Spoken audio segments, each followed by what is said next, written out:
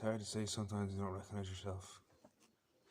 You feel a plague within you. Plague.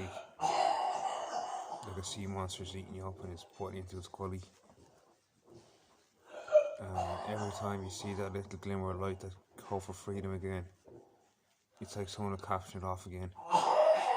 Whether it be a mark of embarrassment or equipment or incitement, it's like something wants to guide you towards darkness, out of the light, out of the refreshing moment that we call prevailment, or which is to prevail.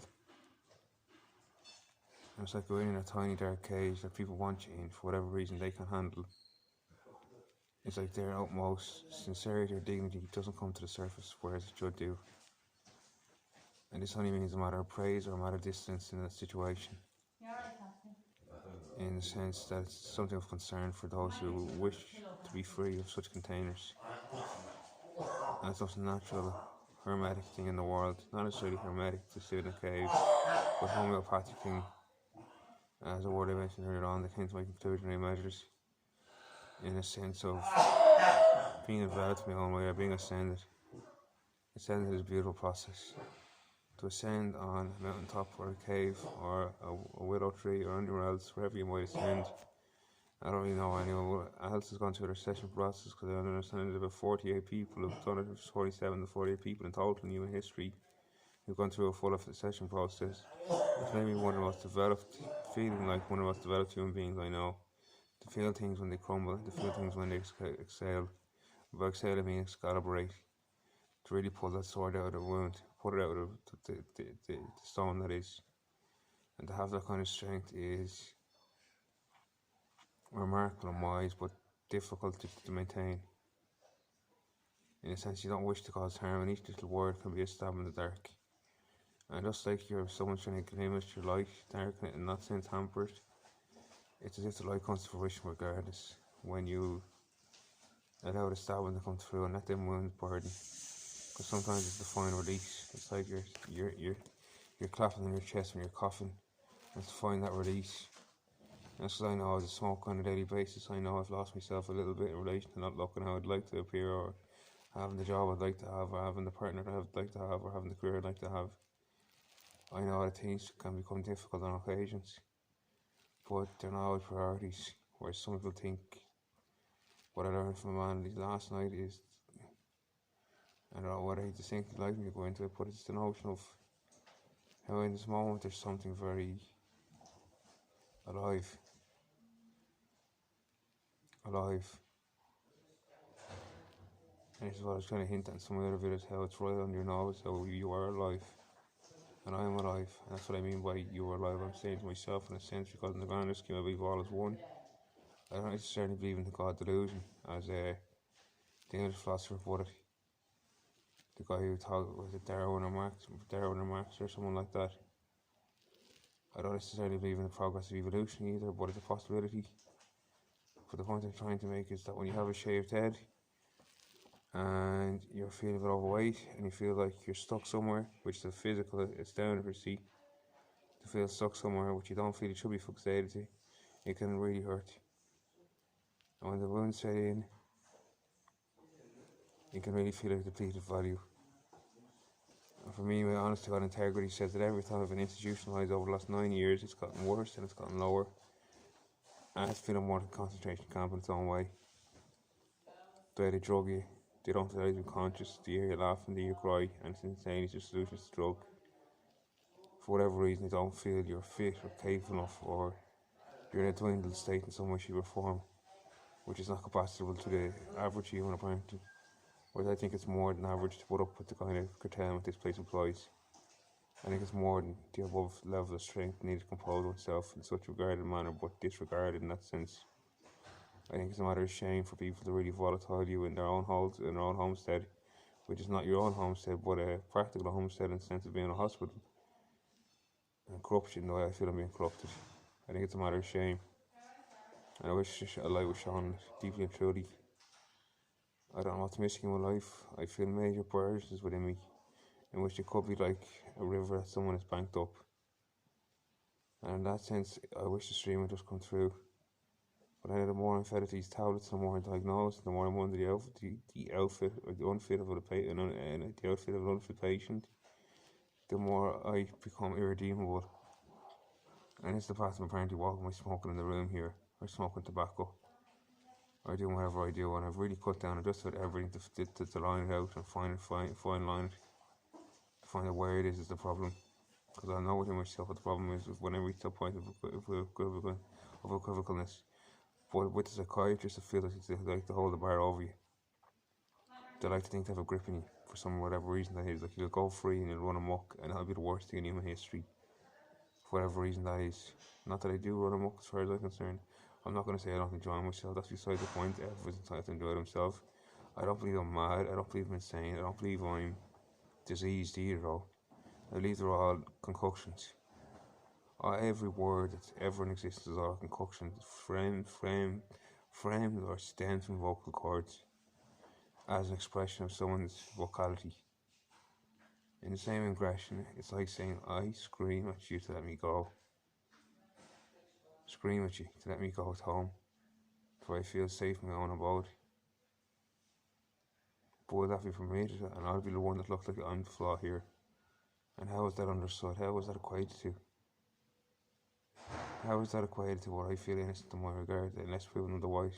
Where you're saying I'm committing a charge in which I must be discharged underneath an hospital offence. Because it's not that it's an actual hospital, it's a ward that's like a concentration camp, in the sense that to give you unfit drugs that distill the brain, calcify the pineal gland, my bones feel destroyed. No, I do have constant knee-jerk reaction, literally my bones feeling bits. I will become more solid and heavy on a daily basis. As I work on being light, I work on earth harmonies in my own way. I go to earth harmony places and I try and insinuate the spots in my own way. We're bringing in contours and displayed harmonies. And I might sound like nonsense to people, but it's to do my own little dance and jig in these places. Not literal ones now, but it's to explorate, so to speak, where I feel harmony within oneself when I go to places where I feel sacred, which I feel are sacred. And when people are this out of touch with the sacred, then you know there's a threat to the divine, a threat to the conscientiousness of the world. And if it's only in one place, it means it could be happening anywhere. That's the point I'd like to prove. If it's happening in one place, it could be happening anywhere. And if I feel it, I don't see why anyone else wouldn't if I was pointed out. And I feel what I'm going to say, I don't want to bring up intrigue, or misdodgery, or mischargery, or my grievance in its own way. I wish to point out there's a major flaw in this world in which acts thinks they can upheal rights, basically. Rights are in place for a reason, to defend the human being. But for me, for now, my inherent right to freedom not to be respected for the last few tribunals is a crime unto itself. The reason it's a crime unto itself is because that right is inalienable.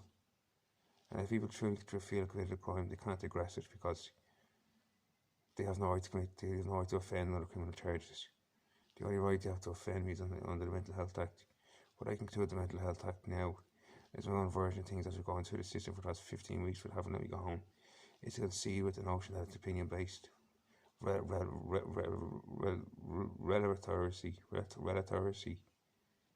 in the sense that it's conclusion based on the notion of how you act and behave.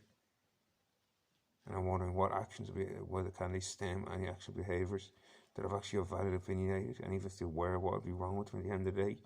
I didn't murder, I didn't rape, I didn't kill, I didn't steal. In fact, I renounced all my actions. All my actions until I've met something beautiful and stunning tonight, which felt like a holy reward in its own way for the path I've chosen to walk, which is a firm path towards excellency in my own way as far as I'm concerned. I know people will judge me and say, no, you've made mistakes here. I know you'll judge me in that regard.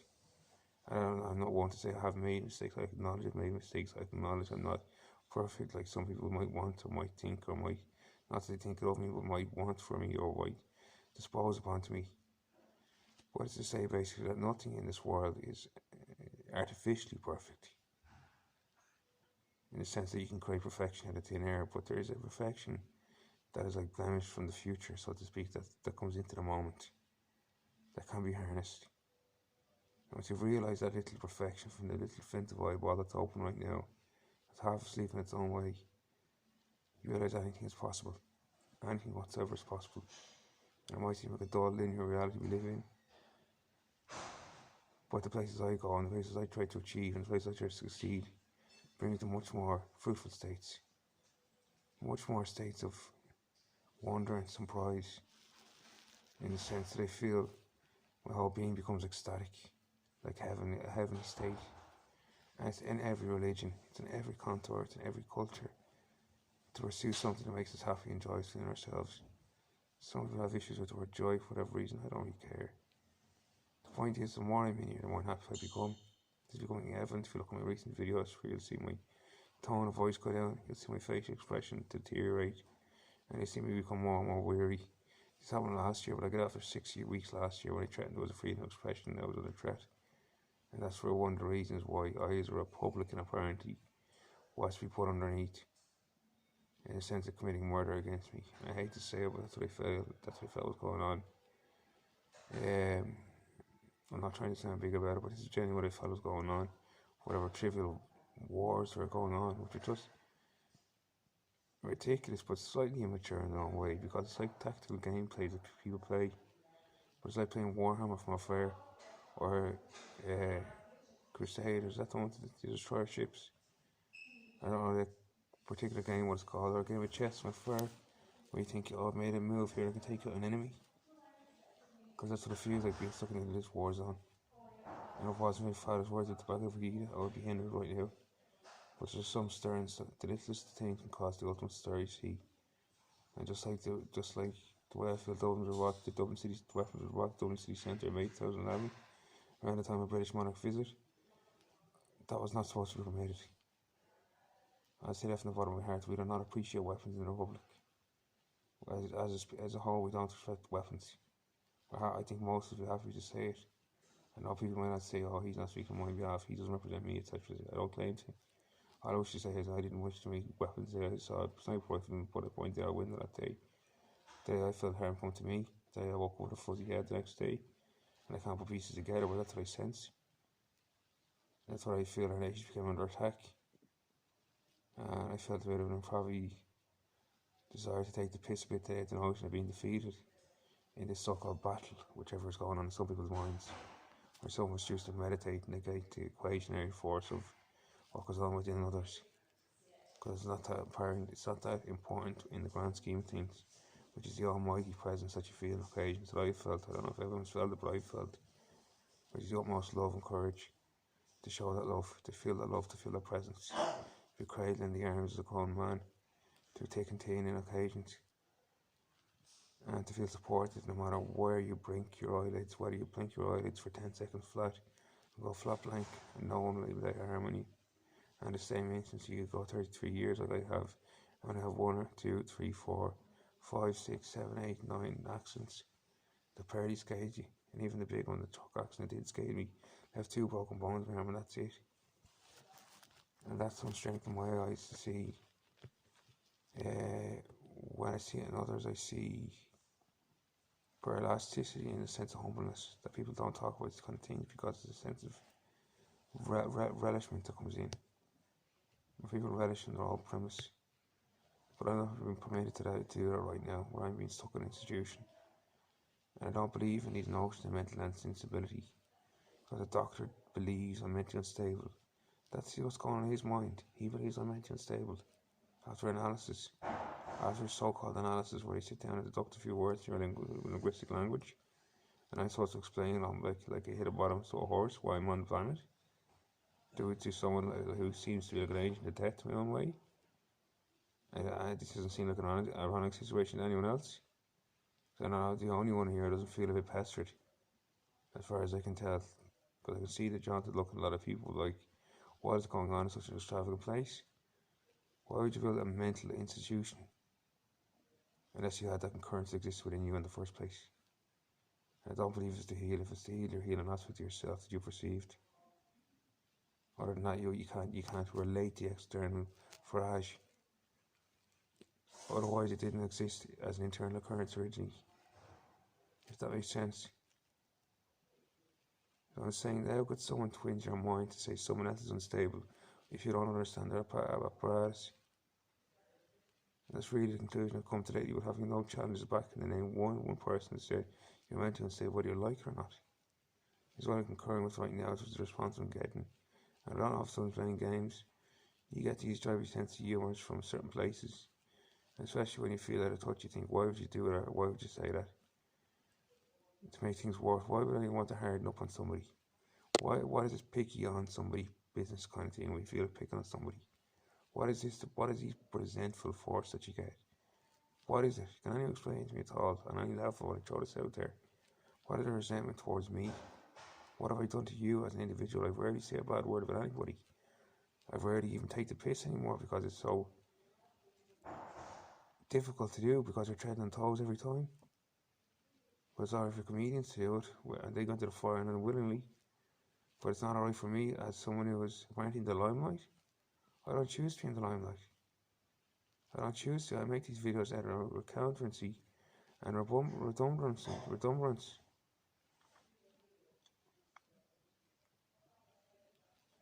But the point is, my head is seized for an instant a few years ago. My head is absolutely seized, and these drugs aren't helping. They say they're going to cure my head. I don't know if they're going to cure my head. I feel I have some slight brain damage done from the incident, what I call the bulb incident, which I did to a chap. I didn't do it intentionally, it just happened. But I did damage myself at the same time, where I clicked the light switch and I clicked my own brain out of partition. And it's pain, but that's what I was going through at the moment. I couldn't express the pain I was in. It all boils down to being institutionalized the first time. And it's actually Premier Maharaj who used the quote, "The same people who create the problem cannot fix it." So psychiatry came along to me instead of a problem in my mind. I negated and made me infuriated that I was forced. I was actually, it's not that I was practically or forced or assumably forced to consume someone else's truth. I was forced to consume someone else's truth that I was psychotic. Then when I equated the notion of psychosis, how anything out of touch reality, they come along and label me schizophrenic, the new title. Now I claim, how am I on the definition of schizophrenia if I'm not hallucinating, I'm not hearing voices, and I'm not delusional? And these are three things under self-acclaim, which is still homing a hospital and never healing me. But I'm wondering what needs healing in the grand scheme of things. If a turtle falls over, you pick it up again. You leave him to his own devices. You don't sit there and, like I said, on a different cottage, you don't poke with a stick. That's just like what you're doing with me. You're poking me with a stick to see my life, or my dead, or my conscious, or my coherent. I most certainly am. I don't appreciate being treated like this, where you're trying to make me find home.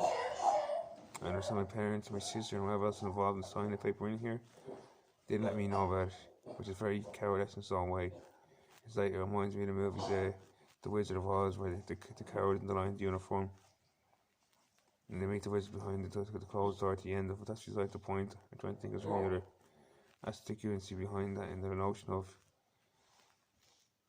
being humiliated to a degree by numerous amounts of people who all believe I'm not worthy in their own way of living my own life, because I'm too much trouble for them, too much grief for them, because it's too much hardship for them to put up with, so they need to get rid of me, dispose of me, which is people's plan apparently over the years. And we're talking about family members' plans to dispose of another family member. I never thought I'd let this level of heartbreak get to me, but it does get to me. And even saying that was really heartbreak. And in that sense, I know things work out in the end. Even if I was to die, I know it would work out. I wouldn't be able to too much, but I generally passed away 3 times in the last 4 to 5 years.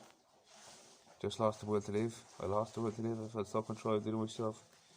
I felt the battle was over, and something we kept going to say, I'm going to live on, I'm going to go through this. But last year I said a prayer to beg never to be institutionalized again, and I said it was done, never to be institutionalized again, whatever forces they were. And what happened in March this year, Gary came along and arrested me. He said, you're under arrest in a mental health act. And then he said, get into the van. I said, I'm walking on, I don't feel like to do this, I'm walking on my own pace here, I'm on a public road. And he said, get into the van, then I'll give you this home. I promise I'll give you this home. I said, you promise? He said, I promise. Practically just what he said. All of a sudden he rides my back door, he checked the back door, the way to the house, back into the van and drove me into where I am now for the past 15 weeks. And this happened last year. The year before I went to Blanchardstown Hospital, I went in to get a physical checkup to put me in the psych ward again. The year before that, I was took out of a truck accident I think of a car accident or something, like with the hospital, they put me in the psych unit again. Another year before that, the doctor went to see whether went to the house to see whether I take a medication. They tore me out of the house. I just had to sleep off into the shower, and they picked me up by both arms and lifted me out of the kitchen, hit me into the kitchen. It's a complete abuse of violation. And I got no say in all this, so I don't know what to do, where to reach out, or what to do, and I feel so gassed for fresh air on occasions, when I'm so delineated, defeatist minded, even though I don't believe in these notions of defeat and capitalism, where someone has to win over someone else in the name of something. I really remain as a principle of getting by in life, and I try to act humane in every action, every move as much as I can. I really do, as far as I'm concerned. But the point I'm trying to make is that how has this world become so destructive in its own way, and what is the burgeoning force there? Can I express that collective recollect? Is it military prowess? Is it dark powers? Is it stolen powers? Is it people manipulating your consciousness? Is it people trying to convince you of our true truths, which dissolve into your conscious state and put you into a less fruitful nature within yourself? And these designated ideas, do you concur these things? All I wish for is a summer sun, and I've taken the whole summer off me this year, the same as last year. A simple fella like that, like. But the point I'm trying to make is,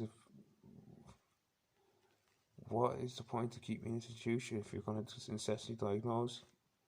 You're saying I have a disease, but I'm claiming you can't prove I have a disease because it's not visible. Nor is it not only visible, it's not relative to what I go through in a lifetime. When you don't make it relevant, it's almost like you're picking and clawing and tearing apart to find something. But it's only when you ask you're ever going to find it. And that's all I'm going to let you know. You ask me what you need to know and you know about it. But I don't like this inclusionary measure. You come down every 2 weeks to your checks in the downstairs ward, or the upstairs run some sort of facilitating like practice where you warrant and say it's worthy of the world or not, like you're some governing business of the world. When did you inherit it? When did you inherit my life to say what I do with it? When did you say you could take up my God-given rights? Who do you think you are to think you could do that? Are you Satan himself in that exemplary? Are you that brazen and cheeky that you think God wouldn't work for any man means? Because that's what I feel like is missing in the world, is God. And I have my mistakes, people have accused me of all sorts. I hope they're not realities what I'm thinking of. But the point is, there should be no man's business to go to anyone else's treadhold. I'll turn it off soon. I'm going off for a cigarette now in a minute. Yeah, the door's locked. It's locked already, is it? Yeah. And you can't be smoking in here either. Can I pull this curtain? You can't hold it, yeah.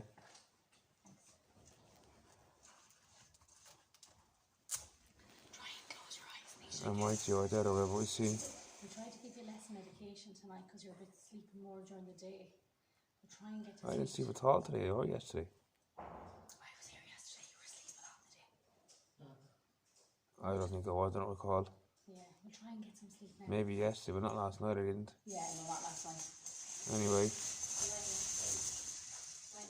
there you go, there's more orders given from somewhere. I shouldn't be, I don't feel welcome, I don't want to be here. And tell me now I can't smoke in the room. I'm going to smoke in the room anyway, I really am. And what are they going to do? They're going to threaten to fine me, but I don't care. I don't care if they catch me smoking, I'm going to smoke in the room here. Because if I can't find my peace, my premise, I'm going to make it known that I need to find it. And I don't mean to sound brazen in that regard, maybe it is a brazen remark, but it's not exactly 6-star, Hilton. In the same sense, I'm going to leave it at that. I'm going to leave those words there for now. Who do you think you are to pick my left part? Because that's what it feels like you're doing. And if you don't feel you're doing it, that's what I feel you're doing. And I don't wish to come across as any sort of enemy or foe. I just want to go home. It's my simple request in the world to go home, where I feel that comfort. And I don't think you're going to win any awards for your remarkable Dr. Raj, a psychiatrist, where you're going to go hide esteem in the world when you take people's values away from them, you take their prime premise away from them, which is what I value at home, sit in my own comfort zone, my own comfort space, and do my own thing, and not be disturbed by the likes of someone come and tell me to turn off my light at 12 o'clock. I'm a grown man, and if people don't treat me like one, I don't recognise me, I certainly claim to be in my own way, despite having my childlike nature and my innocence about me as well, which I try to keep intact. This is a painful wound that keeps being reinstated every time I make a move in the positive right direction. Something will come across as the Jennifer Moore called it, the distraction that deters away from the true reality, the true infatuation. He talks about how the 50 cent or the $5 gets handed out, which one do you take? And he's of course really encouraging the notion of the everlasting one is the one that you take. If you watch the video, you'll understand. So in that sense, it's like an everlasting prize for gratitude when you're conscious of it. And that's just to know you're alive, and that's in that instant. It's like a beam of light stream through. Because it's the most formidable actualization of a mystery to raise. We have these words to describe connotations or phenomena, but it's only when we come to the true depth of them, through learning curves, through crescendos and through crevices, that where we feel hindered, we become unburdened. And when them weights come off, it's a real beautiful process. And maybe that's what this is about after time and see for myself. But once again, I'm going to ask, why on earth do you feel you have the right to take my freedom when I have an inherent right to liberty in this land of all countries of Ireland if you understand our history? Where you apparently are a Muslim doctor. And I'm not racist, please don't think I'm racist. I don't know much about the Muslim race, but at the same time, our history is one of relinquishment in the name of freedom. Because we've been under suppressive forces for 4 to 8 to 1200 years, from Viking to Norman to English. Suppressive force, that's suppressive force, that's suppressive force, that's incorporated itself into our land. And now we have the EU cohorts come across and try and give us laws for motorcycles and changes from miles to kilometres, and we've had the punt go to Euro, and there's been changes happening in recent decades, just since my birth even, never mind 400 or 800 years.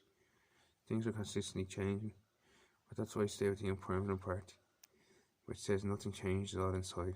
The internal state is always the same, and it's not some stale, stagnant boat that doesn't run down the jetty. It's like a calm ocean or a calm lake, which is beautiful and spectacle, and even better if you beside a mountain, you get a view of it, which I love photographing, but that's beside the point. Just an example. The point is I hope it ends soon, because it's becoming a lot for me to handle right now, where I want to go home. I don't see how long much more you can keep up this facade while making it seem like you have a vested interest at heart, without instating that you do. Instating or reinstating those values within me, because I'm losing faith in the system. Not that I ever had faith in the first place, because I feel that the money making profits in business, that I'll try to take on as much clientele as I can to keep you addicted to the drug service. And that sense to make you ill, to make you weak, and to make you unwell. And that's what happened to me over the course of the last 9 years. For anyone who can see me, my face now, you can see how deteriorated I look compared to how I felt I looked before, which was certainly not as bad as this. But the point is, I don't know when this process ends, but I just hope it ends soon. And I'm going to ask for assistance on this one as well. I'm going to put this on WhatsApp now. If you watch it all, you watch it all. I had a good day. I'm having good days because I'm letting things go and I'm letting things slide easy. In that sense, it's a real obstacle to try and work over these fences. But I don't see the purpose of them yet. They're still yet to come to light, because I've got such a pain in my head most days from just the activated point of awareness, where it's like point to the treatment, where I want to retreat, but it's like you're being treated in the name of retreating. And it's like constant bombardment in that fashion, constant harassment almost in a sense. And once again, I don't wish to offend, I'm just saying that's how I feel. I'm trying to describe a phenomena, because it's on some level you want to be here to cure me, to heal me, so I have to make my relativity known. But at the same time, it's like you want to unnegotiate the terms of my freedom, which are my inherent rights. You want to unnegotiate those terms, which I don't feel are acceptable. I don't think people realise how precious rights are. And I know good will go with the bad from here on in, as it always does. That's just a quote. And another video brings me there in its own way. If you watch the one, I don't know what it's called. I think it's Refolded is what it's called. You watch the video, you'll understand a bit more about what I talk about. Or that's the one where I talk about the light and the shadow and the needle in the haystack. You watch that video either. It's just one of the videos that I did in here in this Lakeview last year.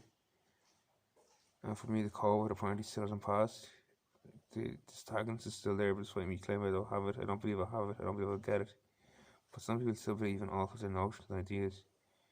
In that sense, I hope this channel won't make me mention his name, but Eckhart Tolle, if you watch some of his on Acceptance and Surrender, for example, some of his videos, some of the 10-minute conclusory videos talk about how all language can be deterred against. He brings you to that state himself, he allows him to. He's an amazing gent, and I really hope there's money mention him. These brought me to a real level of fruition with myself, was try to understand the larger contour of my own being, which negates most language and comes from a state of a quieter force, or quieteriness. Like the equator, I suppose, is seamless in its own way. It's circumnavigated to a degree if you wish to run a circle around the earth, but it's also something that's quite profound in the sense that it's real and it exists, and it's something that's pliable and malleable, and a force in itself, where it has a North Pole and a South Pole on either graduated side. In the same sense, I feel a real human being is being disregarded his rights, and I hope something is done about this from any aspect whatsoever to assist me get out of the situation. Because I don't see what I'm being verdicted guilty in, where the tribunal is confided twice against me, in the sense of saying I need to stay here for treatment. There is no treatment in psychiatry. Psychiatry is an incessant, detrimental outlook on life, which says if some people are less pure than others, or less able than others. Everyone is unique in their own way, and everyone should be appreciated and respected in being unique. And I believe such derogatory terms such as schizophrenia should be drawn into the dustbin of history, because they can really wrap your mind up with all sorts of infiltrative notions such as why you're feeling passive, why you're feeling comprehended, condescended, why you're feeling contrived, why you're feeling manipulated, and why you're feeling bemused, but amused in the sense of it's someone's muse to put you through a bemused state. And that's what I truly feel it is. Whether people take that seriously, I don't know. It might create a state of agitation. It's a very serious, callous. I looking at me right now is what it feels like. But in that sense, it's like plant an idea in the mind, verdicate it, make it real, and make everyone else in the world know that that's what you are. That's what it feels like to me. That's happened to my life, that so many people have abandoned me because of the situation. And I can't express how difficult phenomenon that is. I still hope to get by this. I'm very comfortable in my own shoes, my own way. I don't mind what way life goes once it doesn't go too hard or too pressurised on anyone. But at the same time, I'm going to leave it at that now and just say that please, please, please, please, please, for Mother and Father, forgive me for the hardship I brought them. Please, my family understand I don't believe in mental health illness, and you were causing grave sickness and the pain, and I wish you could be in my shoes for an hour, 2 hours. See not only how clear I feel, but how concise I feel in relation to it, how well I can detail my own life. Why I don't feel that there's an urgency to so-called heal, that it'll happen in its right time, at the right composure, when it's supposed to, when the right remittance is allowed. And that means people have to get along in a sense. And in saying in a sense to get along, I don't believe in segregative measures, which include I have to be imprisoned or derailed or detailed in certain manner before I'm worthy of the world again, would offer me in some rehab centre. I don't drink, I don't smoke, I smoke my tobacco, but at the same time I don't believe I need a rehabilitation centre. What is what they're offering me lately, and this is intimidating thing. They're going to hand me to some other security unit or somewhere else in Dublin, where I don't know anyone from Adam, and they'll expect me to offer me, I don't even know what, but I already rejected it. I don't want to think about it. I just want to go home, get on my life. So please keep that in your mind. It's the third or fourth time I mentioned it, because it's an absolute state of emergency for me that I get out of the situation I'm in, because I've had much pain remaining deep within, that I feel I have a mountain to climb yet. And every day in this place feels like another dredge, another wet sock, so to speak, that you have to take off and clean and dry and take your time with you. Where you're going through wet, soggy fields or up ice patches up to Timbuktu, up Mount Everest, whatever it is. You know? So I'll say no more. Thank you for now. I'll leave it at that. Thanks.